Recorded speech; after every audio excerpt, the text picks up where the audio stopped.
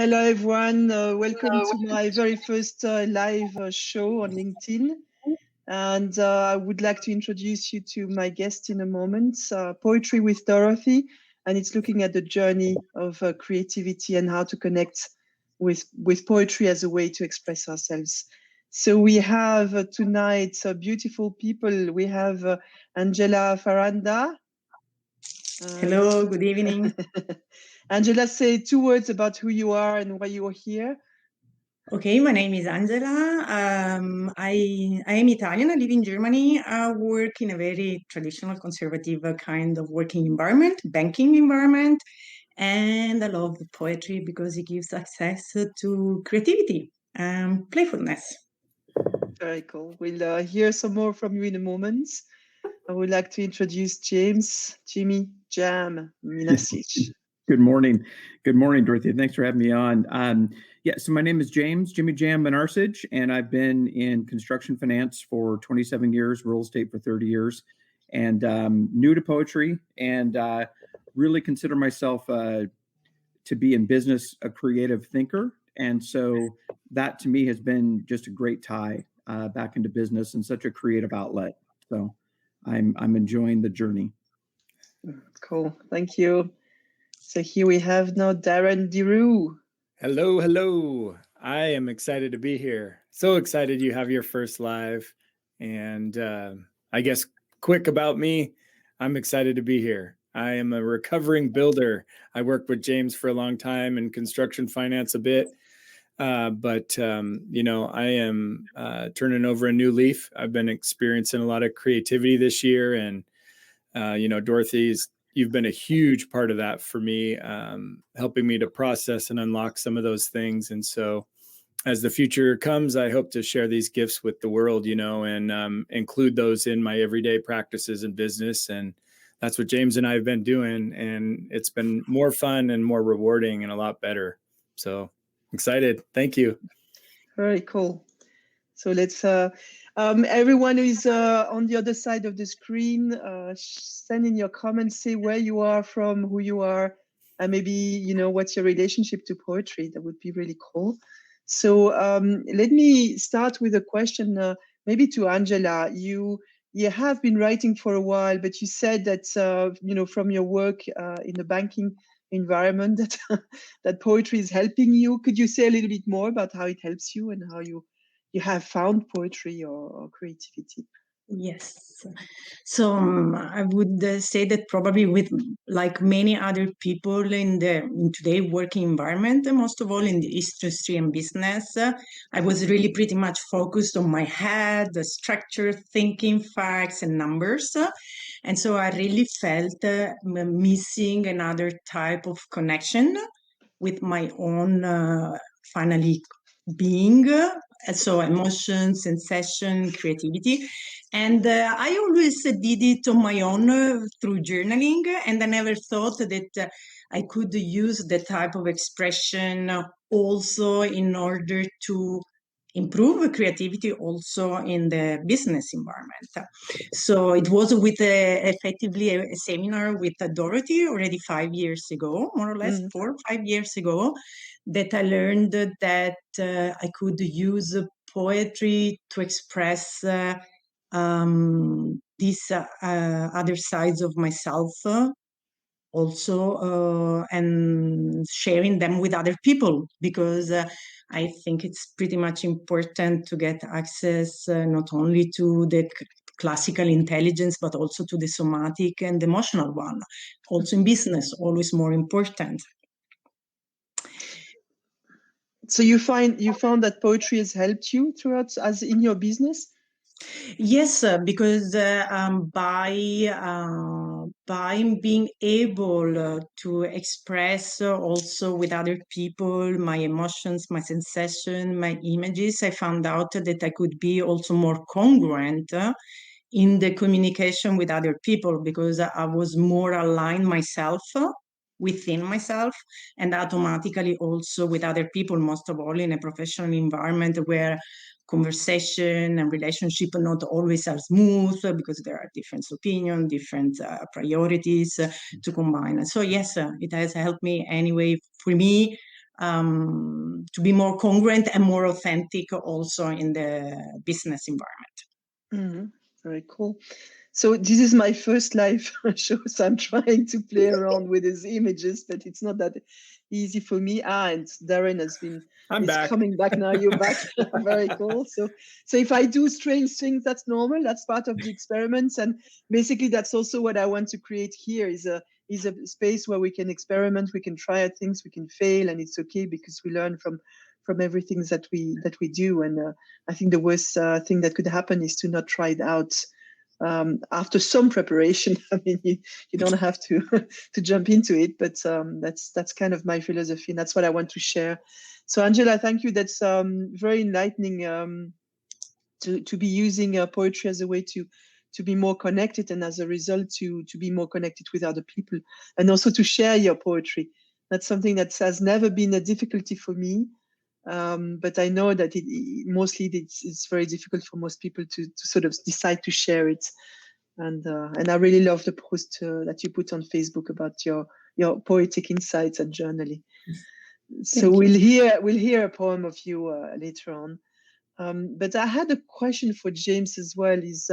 He has told me an anecdote, and that's between Diru and James actually about, the first a couple of months ago when Diru asked you about how much you would pay for a poetry workshop. Right. So Darren had asked me, I was over just a casual conversation at his place, and he had asked me, completely out of the blue, James, what would you pay for a poetry class? And I said, if the question is, how much would someone pay me to do a poetry class? And I have an answer. I could probably come up with an answer. And he just laughed. And that's where things were left. And ultimately, since then, and having an introduction to Dorothy after that conversation, and then actually having a chance to have Dorothy on our show, which was incredible, I had reached out separately. And so here I was, I've never written a poem in my life. We actually wrote a poem live on the air. So talk about, boy, just jumping in. And it was fun. It really forced me to relax, which is so important. One of my favorite sayings in life is that we need to slow down to go fast. I have a client that says that all the time. And it's such an amazing, there's a lot of depth to that statement. And that's what poetry's done for me, is it's allowed me to slow down. I try to do that with clients a lot to get them to understand that this might seem like a big mountain, but let's break it down into bite-sized chunks. And that's a lot of how you build on the poetry side. So for me, the parallels were amazing, but it also gave me a lot of self-confidence in a creative outlet area. Because as I've told Dorothy on some of our Zooms one-on-one, I thought I was creative, but boy, oh boy, no, because I haven't had this outlet. And it really is really lighted me up in different aspects of creativity that were unexpected, some of which is hard to put into words for me. It's actually very, there's some therapeutic things that have come out from my past and some acceptance. The difference between reading a poem versus saying out loud and the emotions that can flow. And it just shows the power of things that we do every day, that if we pay attention, how much more impactful they can be, not only for ourselves, but for others. Mm-hmm. So that's what I love. The parallels is the best way for me to summarize. I was laughing so much because since then, James is just firing poetry to me. Like, it's not daily, but maybe every 3 days. And when it arrives, it's not just some chicken scratch. It's like, it's very connected to this guy I know who has fought some demons, and you can feel it coming out and working out in real time. And I see a result like the next day. It's like you let a little more air out of the balloon. Journaling is good, and that's a great expression. But for some reason, this is like one other key to another level. And let's face it, a lot of people in our demographic are afraid of jumping into new creativity, especially upper level business people. Because if they're going to jump into guitar, I'll use guitar because that's the one everyone tries. They go buy a new guitar and they try it and they they don't like it because they don't play like a professional. And what I saw with James is like, there was no fear, there was none of that. And he was all in. And on the outside of that came this self-expression. Like, now James has a guitar. He knows what he can do with it, and it's just for him. But then when he wants, he can turn it around and share it with us. And we get to know what actually went on behind the scenes. And like, as a friend, as a brother to this guy, it's a gift. So yeah, it's just been so crazy. I would have never in my life thought this guy is going to throw like super deep poetry at me, and a brain dump that was like, how many pages was that brain dump, James? You called it a brain dump. It was four pages on just one subject. And so there was like 16 poems in there. It was just like, boom, you know. It's incredible. And it's very, very, very powerful, very empowering. So yeah. Yes, and Darren, I mean, you had an interesting moment starting poetry as well, because you told me, you know, I'm never going to write poems. That's not for me. You know, I'm not good with words, you said. Yeah. I'm good with music. So yeah. I mean, for those that don't know me in the audience, I have some brain stuff, and I stutter and stammer and I lose words, and I have trouble reading, although I mean, I can read, but I have trouble getting into a book and finishing and all these things. And so I just put it on a shelf of that's not for me. And, you know, when I was a kid, there was a couple poets that I liked, and they were really dark, like Edgar Allan Poe or, you know, things like that. But what happened with you is you invited me in so gently to your poetry shop, and you tricked me by saying, come play your guitar just gently in the background. And if you want to join us, you can. And I'm like, well, I'm here. And, this is easy. It's just a few words. That's how it started. It was just a little, I have words. Do you have words that go with this? Do you have an expression that goes with this statement?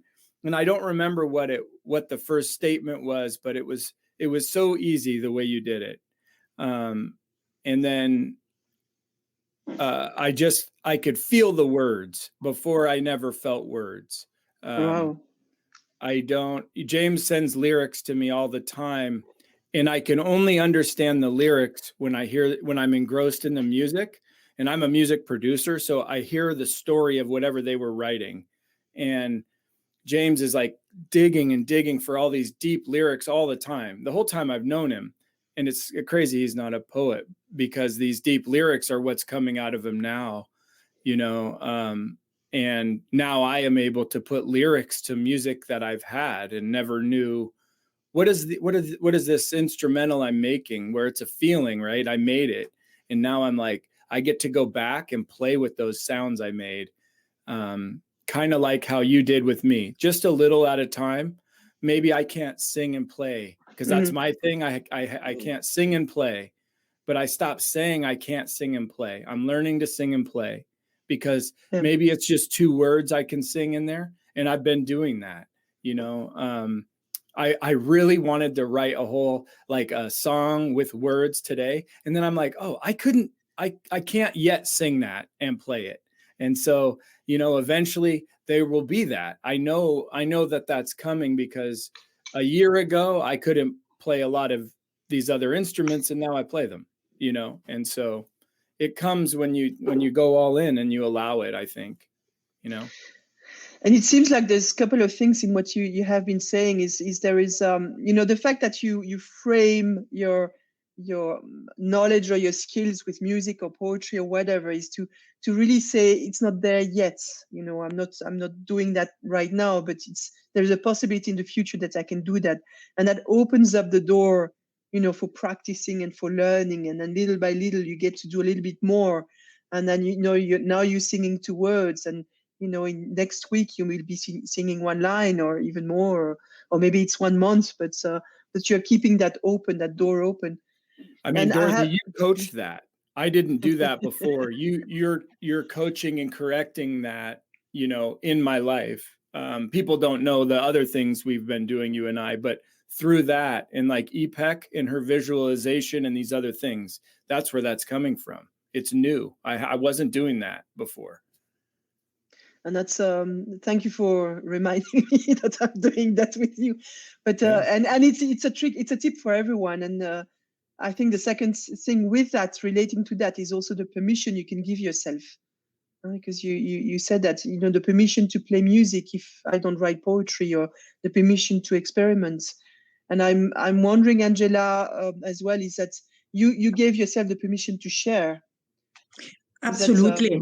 Absolutely. I was connecting also to what Darren would say about the own demons, or anyway, difficult feelings more in general, where I really thought, oh no, I cannot show them, or I cannot mention them because it's too much. People maybe get scared or whatever.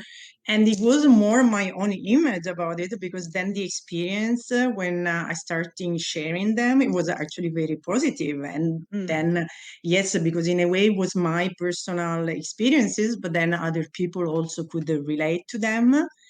And by sharing them, also somehow they lose a little bit the weight that they had, because they are not hidden anymore, but they come into like visibility. And somehow they are much less scary, or much less heavy, difficult, unbearable than I thought. So the sharing, I think, is super important. And for me, even if maybe it doesn't look like, actually I was super scared to expose myself with people before. And through poetry, when you asked me like to join, I had like an inner voice that said, you are scared about it. And then at the same time, I heard myself answering to you, yeah, I'm going to do it. And it was like, okay, apparently I'm not so scared anymore. So it's about also exposing, but in a positive sense, expressing oneself and showing to other people who we are, how we are, and so on. Yeah. And then the common humanness of us all, of the feelings, all of them. Yeah, and it's as if you are then playing with one resonance or one chord of music, and then others can resonate with that, and that makes it lighter. Exactly. That's your experience as well, Jimmy Jam, right? In terms of difficult situations or emotions. Difficult situations, and you know, one of the platforms why I was so interested in a journey of my past and what that built in the poetry side of just the my childhood, you know, a tragic day in my childhood, what it looks like since then, and from there, just you know, I love transparency. I love talking about. I enjoy bringing that out into the world, and transparent. The poetry is just another level of that. Like for instance, whether it be my drinking or my struggle with suicide, you know, 41 years of thinking of suicide every day, and Dorothy and I talked about that. We talked about, well, what could you write? And I said, it took me 40 years to find another person who admitted to me, I think of this every day. And I sat back, Darren knows the story because he was there. And I sat back dumbfounded. I couldn't say anything until 5 days later, I reached out and said, that made a huge impact on me. And it was then I started making connections. And Dorothy and I started talking about that. And what would that look like to write it from the perspective of, I carry this. How could we bring that into poetry, and how could we bring the conversation of how to discuss those things openly without having an uncomfortableness? And all too often, it doesn't have to be a lengthy introduction. It can be a very simple I can just talk about the darkness and talk about the fact that, you know, one of the lines I had is that, you know, talk all day, or talk to me briefly. The voices have all day to laugh at whatever you tell me, you know. And it's that summary gives a ton of insight, you know, to me, having dealt with that. It was incredibly therapeutic, so therapeutic that the first times I read it, I told Darren, I said, I read it differently the first time and out loud. And even now, just getting it out was such an outlet, you know. And back to what Angela was saying, the things that we perceive as a weakness, or people may say, oh, that's a weakness, or we think is a weakness, is actually strength. Because bringing that out to others, which is another outlet of what poetry can bring.